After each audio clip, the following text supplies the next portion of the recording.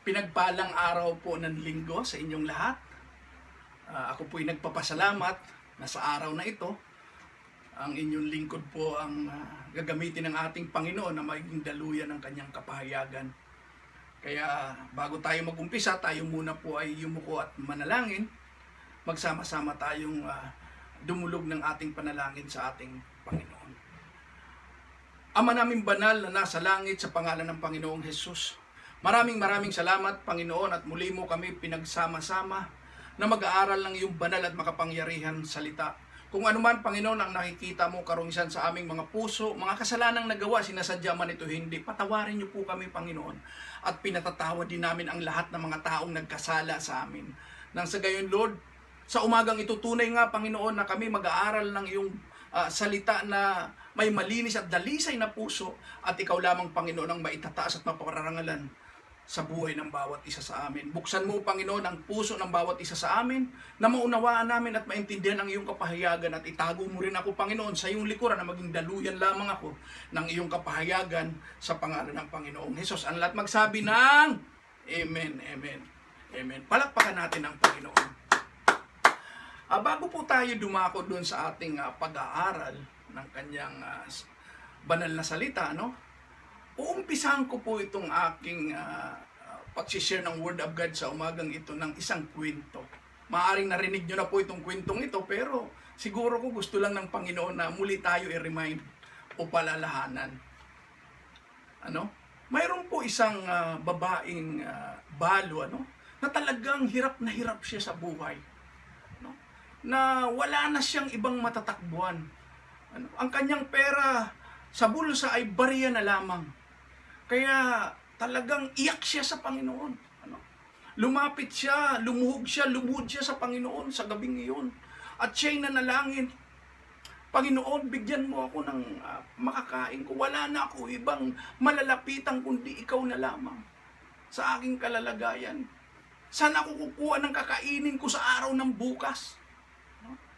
Talagang 2 oras siya na umiiyak at nananalangin sa harap ng ating Panginoon. Kaya dininig yung kanyang panalangin, na-impress ang ating Panginoon at nagbigay ng instruction sa kanya sa pamamagitan ng banal na Espiritu. At ito'y nangusap sa kanya nang ibinigay sa kanyang instruction, bukas, pumunta ka doon sa isang malaking grocery. Ito po ay nangyari sa ibang bansa. At pagdating mo doon sa grocery, kuhanin mo na ang lahat ng iyong pangangailangan sa loob ng 3 buwan. Yung 3 buwan na kailangan mong pagkain, lahat kuhanin mo na. At pag nakuha mo na yon, doon ka lang pupunta sa isang sa lane 7, cashiers 7. At huwag kang pupunta doon sa iba. Kaya itong babaeng ito, dali-dali, nung paggising niya sa umaga, talagang yung instruction ng ating Panginoon ay sinunod niya. Dumiretso siya doon sa grocery. Na bagamat wala siyang pera, kumuha siya. Pinuno niya yung cart na kanyang daladala. At pumila kaagad siya doon sa ipinagbiling sa kanya na doon lang siya sa lane 7 o sa cashier 7. Kaya po nung siya'y nakapila na roon, at dumating na siya doon sa cashier, eksakto naman yung naglabas yung kahera ng next counter, lunch break. So, hindi siya umalis doon. At sinabihan siya nung kahera, nung cashier na, "Ma'am, pwede po kayo lumipat sa kabilang counter.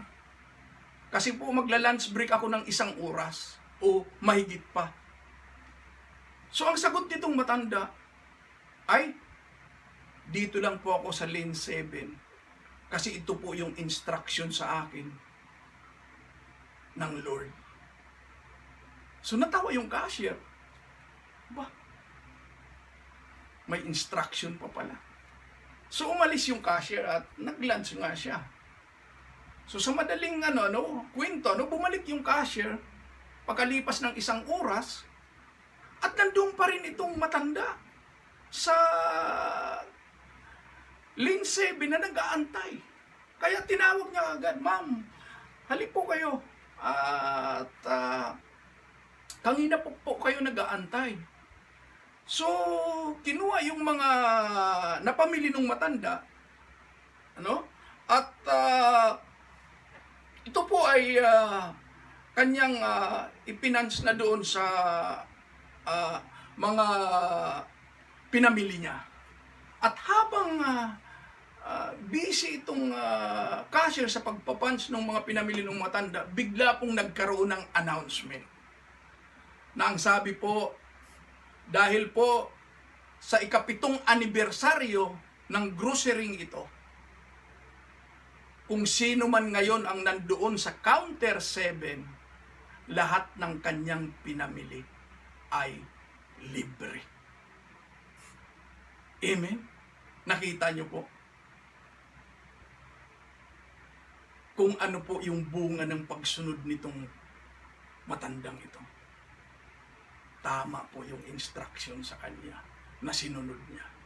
Dahil sa anibersaryo ng grocery, naging libre yung kanyang pinamili. Amen po. Palakpakan natin ang Panginoon. Ganong kabuti ang Diyos, kapatid, pag ikaw ay sumusunod sa Kanya.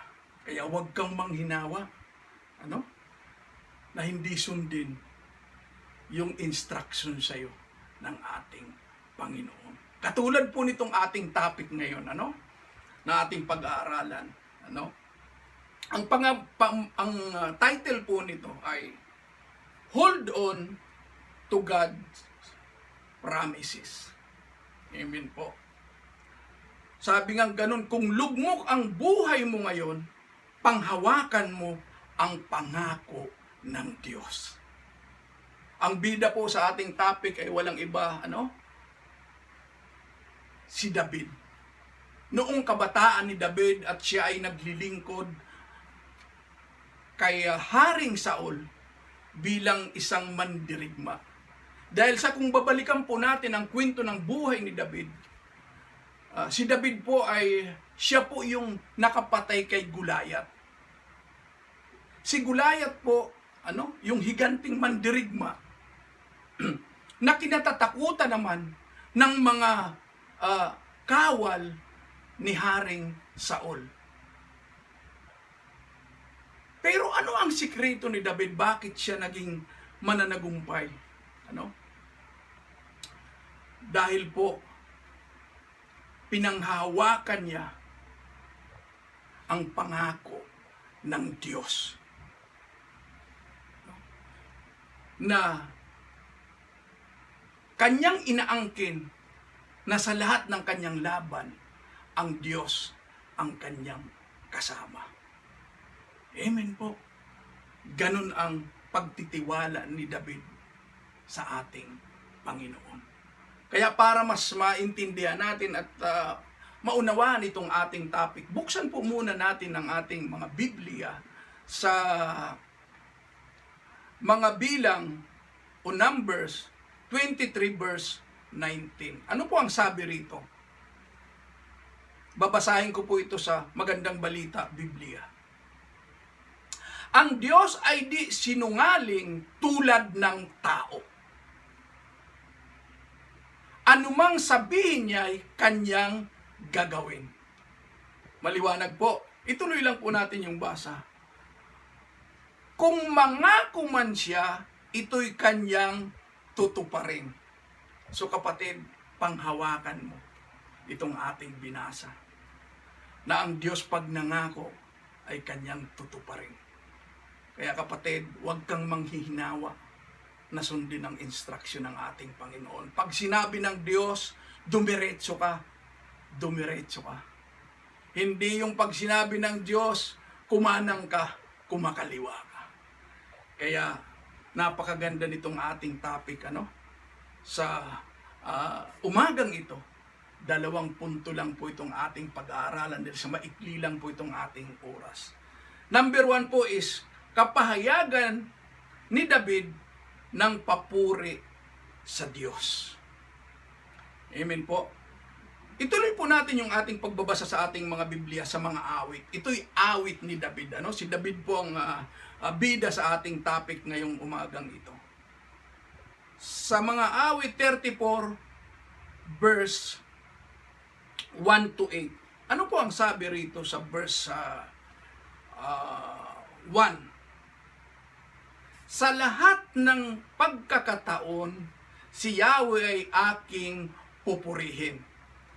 Ano ang sabi? Sa lahat ng pagkakataon, si Yahweh ay aking pupurihin.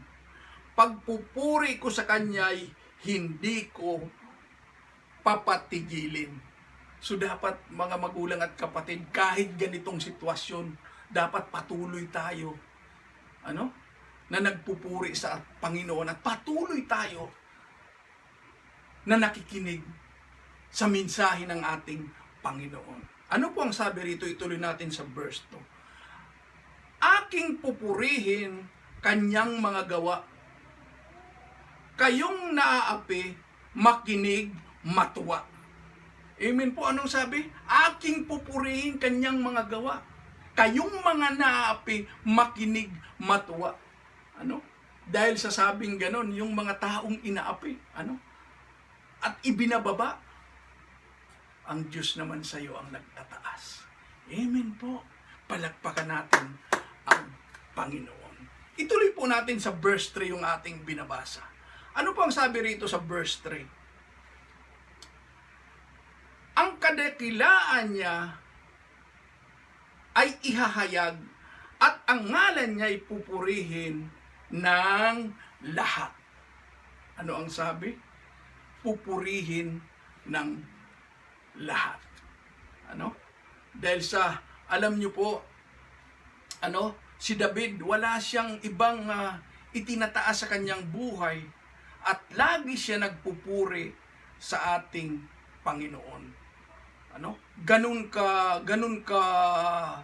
ang pagtitiwala ni David sa ating Panginoon. Dahil sa alam niya na wala siyang ibang lalapitan o tatakbuhan. Dahil sa ang Diyos lamang ang kanyang pinagtitiwalaan na nagbibigay sa kanya ng lakas. At ang Diyos ang laging kanyang kasakasama sa lahat ng kanyang pakikipaglaban. Kaya't ang sabi po rito, dapat natin laging pinapupurihan ang Diyos para hindi natin makita ang problema. Yung pala ang sikreto, sa ating binasa sa verse 3, na dapat nating pinapupurihan lagi ang ating Panginoon.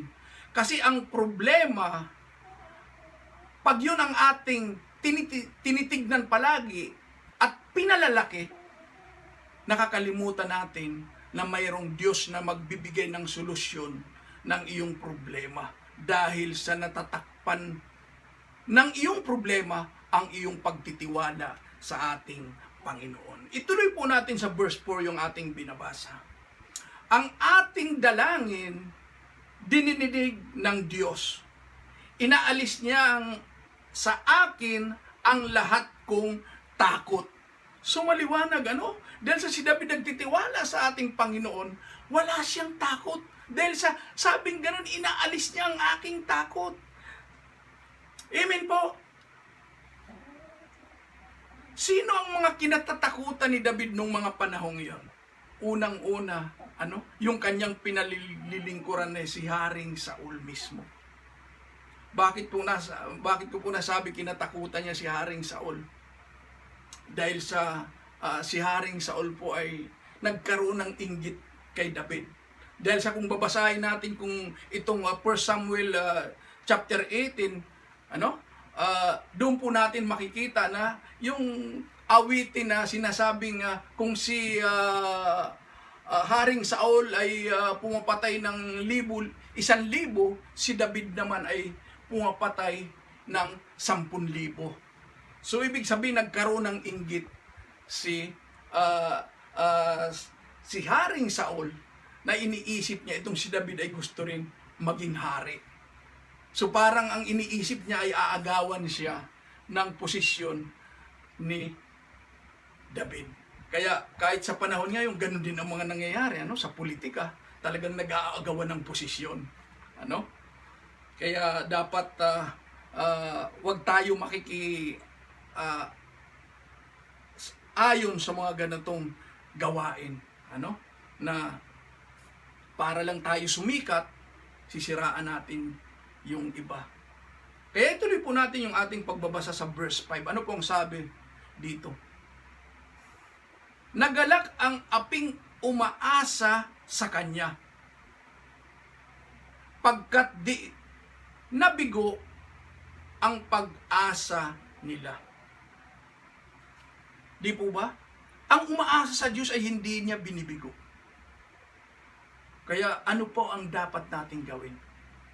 Sa Diyos tayo magtiwala para makamta natin ang lahat ng ibig natin maabot. Dahil sa ganun ang Diyos kabuti, ano, sa mga anak niyang tapat na sumusunod sa Kanya. Ituloy po natin sa verse 6 ang ating pagbabasa sa mga awit 34. Ano po ang sabi rito? Tumatawag sa Diyos ang walang pag-asa. Sila'y ililigtas sa hirap at dusa. Ano ang sabi? Sino ang tinatawag ng nawawala ng pag-asa? Walang iba po kundi ang ating Panginoon. Amen po. Katulad po nung matanda, no, na sa kwento kanina. Hindi siya nawala ng pag-asa. Na bagamat hirap na hirap siya, ano, talagang umiyak siya sa Panginoon at nanalangin. At dininig ng Diyos ang kanyang panalangin. At nung dininig ng Diyos ang kanyang panalangin, sinunod din niya ang instruction ng ating Panginoon. Minsan tayo kasi hindi natin sinusunod yung instruction ng Diyos. Amen po. Kaya ituloy po natin yung ating pagbabasa sa verse. Itong verse 6, ituloy po natin yung ating basa. Sila'y ililigtas sa hirap at dusa. Sumaliwanag po. Sa verse 7 po, ano po ang sabi rito? Ang anghel ang siyang bantay sa may takot sa Diyos. Sino ang nagbabantay sa atin? Sino yung ating guardian? Ang sabi po rito sa verse 7, mayroon tayong mga angel. Kung ikaw ay may takot sa Diyos. Amen po. Na nagbabantay. Ituloy po yung natin yung ating pagbabasa. Ano po ang sabi rito? Sa mga panganib, sila'y kinukupkup. Ituloy po natin sa verse 8. Tignan mo at lasapin ang kabutihan ni Yahweh. Napakaganda, no? Pag talagang sumusunod ka sa kalooban ng ating Panginoon, ikay kanyang kinukupkup. Ano? At malalasak mo yung kabutihan ng ating Panginoon. Amen po. Kaya ituloy po natin yung ating pagbabasa. Mapalad ang mga taong nananalig sa Kanya. So napakabuti po nitong ating binasa, ano, sa ating topic, ano, na kapahayagan ni David ng papuri sa Diyos. Ito po yung una. Palakpakan natin ang ating Panginoon. Number 2 po. Sa number 2 po, ito po ay kapahayagan ni David ng pangako ng Diyos. Ano? Yung kanina kapahayagan ng papuri sa Diyos, yung number 1, ngayon naman kapahayagan ni David ng pangako ng Diyos. Kaya muli po, ito po yung pangako ng ating Panginoon dahil sa siya ay mabuting Diyos. Ano? Ang Diyos ay laging mabuti. Tayo lang minsan yung nagiging masama pag ayaw natin sumunod sa ating Panginoon. Sabing ganon, ibibigay niya ang lahat ng ating pangangailangan. So, sino ang nag-supply? Katulad ng matanda kanina sa kwento, di po ba? Ang Diyos ang nag-supply at nagbigay sa kanya ng lahat ng kanyang pangangailangan. Kaya ituloy po natin yung ating pagbabasa dito sa mga awit 34. Dumako lang po tayo sa verse 9. Ano po ang sabi rito sa verse 9? Matakot kay Yahweh kayo na kanyang bayan, nang makamtan ninyo ang lahat ng bagay.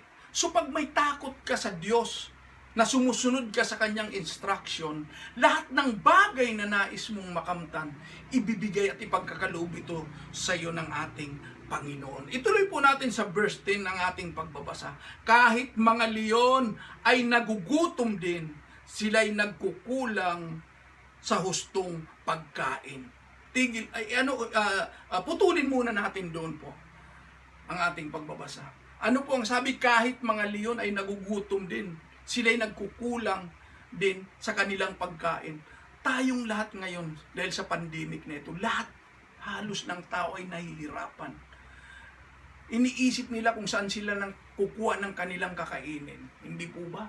Talagang mabigat.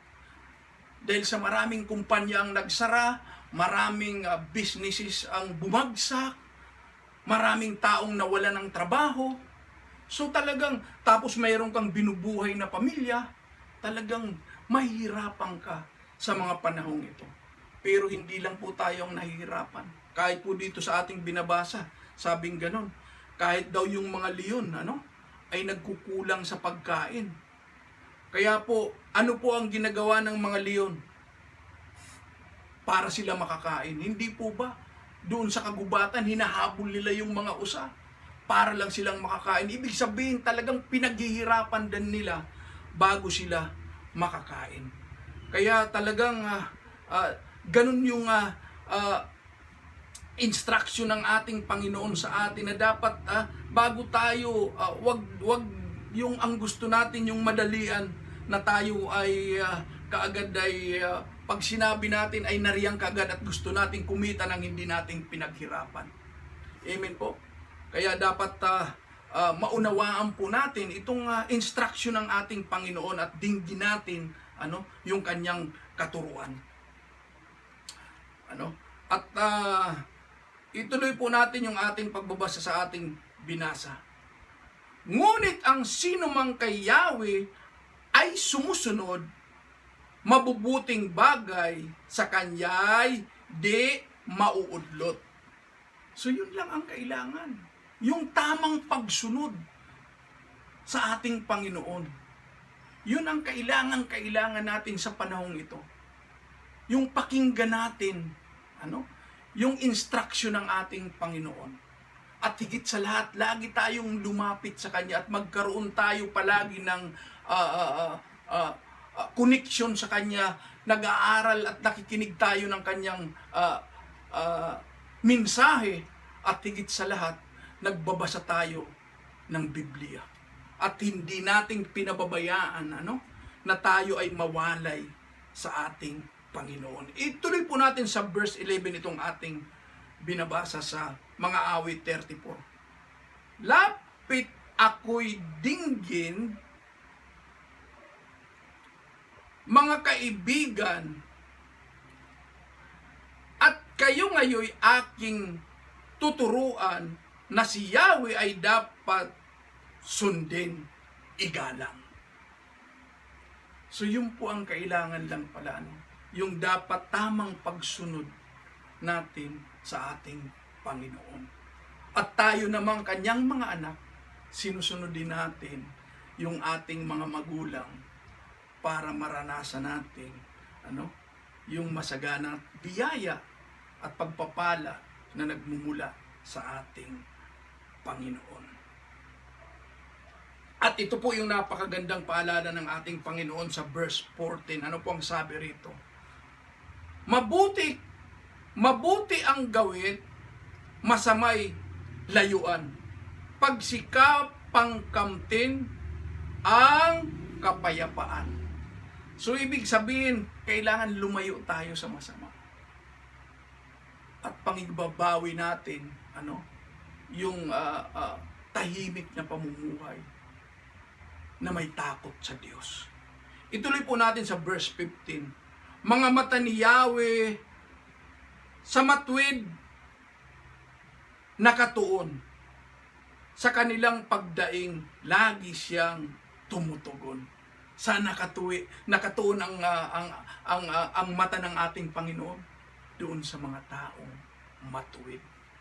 Sumaliwanag po mga magulang at mga kapatid na dapat lagi tayong maging mabuti sa ating kapwa. Lagi tayong sumunod sa kalooban ng ating Panginoon. Pag sinabi ng ating Panginoon, anak, lumakad ka lang ng diretso.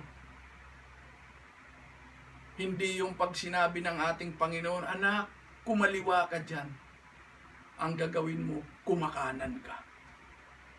Kaya hindi mo po natatagpuan at hindi mo nakakamtan yung pangako ng ating Panginoon dahil sa hindi mo sinusunod ang kanyang instruction. Amen po. Palakpakan natin ang Panginoon. Ituloy po natin sa verse 16. Sa mga masama, siya'y tumatalikod. Malinaw po. Ano pong sabi sa verse 16? Sa mga masamay, siya'y tumatalikod at sa alaala sila'y mawawala. So yung mga masasama pala, no? At hindi maganda ang iyong ginagawa. Tinatalikuran tayo at hindi tayo nakikita ng ating Panginoon. Bakit? Nalulungkot siya sa mga ginagawa ng mga taong masama. Ituloy po natin sa verse 17. Agad dinirinig daing ng matuwid. Malinaw po. Ano po ang sabi? Kanyang dinirinig ang daing ng matuwid. Inililigtas sila sa mga panganib. So ito po yung pinanghahawakan ni David. Ano? Kaya siya nagiging mananagumpay na mandirigma sa kanyang kabataan. Ano? Teenager pa si David. Ano? Talagang naging mandirigma na siya. Matapang siya. Bakit? Nagtitiwala siya na hindi siya bibiguin ng ating Panginoon. Ituloy po natin sa verse 18. Tinutulungan niya mga nagdurusa at di binibigo ang walang pag-asa. Kapatid, huwag ka mawawala ng pag-asa. Mayroong Diyos na tutugon sa iyong mga panalangin. Kaya mamaya sa ating paglapit at sa ating pananalangin, kapatid, huwag kang mahiya. Ilapit mo katulad nung babae na iniyak niya ng 2 oras at nanalangin siya sa ating Panginoon. Kaya yung kanyang pangangailangan ay tinugon ng ating Panginoon ng higit pa sa kanyang inaasahan. Dahil sa nakinig siya sa instruction ng ating Panginoon. Ituloy po natin yung ating pagbabasa sa verse 19. Ang taong matuwid may suliranin man sa tulong ni Yahweh, agad maiibsan. Di po ba? Pag matuwid ka, may mga pagsubok, problema na dumating sa iyo. Pag sa Diyos ka nakatingin, mawawala ang iyong problema. Bakit? Mas malaki ang Diyos kaysa iyong problema. Hindi yung wala kang pagtitiwala sa Diyos, ang nakikita mo lang ay yung iyong problema. At natatakpan ang Diyos ng iyong problema. Kaya hindi mo makita yung solusyon na ibinibigay sa iyo ng ating Panginoon. Amen po. Palakpakan natin ang ating Panginoon. Ituloy po natin sa verse 20. Kukup-kupin siya ng lubos-lubusan. Kahit isang butoy hindi mababalik. Amen po. Talagang ang Diyos, pag ikaw pinangalagaan, hindi ka kayang saktan at hindi ka makasasaktan dahil sa nasa mga kamay ka at pag-iingat ng ating Panginoon. Katulad ng ating bida na si David. Nung siya'y tumakas dahil nga sa inaano siya ni Haring Saul, dahil sa nagsiselos na si Haring Saul sa kalalagayan na parang si David yung sikat. tumakas siya papuntang Gath. At nagtago siya doon sa isang kuweba. Pero hindi po si David sa kanyang pagtakas na marami siyang dinaanan, mababangis na hayop, hindi po siya nasaktan. Bakit?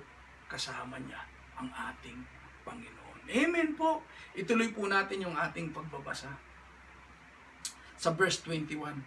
Ngunit ang masama ay kasamaan din ang taglay. Sa buhay niya'y siya'y kikitil. Di po ba? Pag masama ka, talagang doon din. Sabi nga ganun yung kasabihan pag buhay ang iyong inutang, buhay din ang kabayaran. Kaya ito po yung ibig sabihin ng ating binasa sa verse 21. Ulitin ko lang po nitong mga awit 34. Ngunit ang masama ay kasamaan din sa taglay na buhay ang siyang kikitil. Amen po. Ituloy po natin sa verse 22. Mga lingkod niya ay kanyang ililigtas. Magpapasakop siya ang mag-iingat.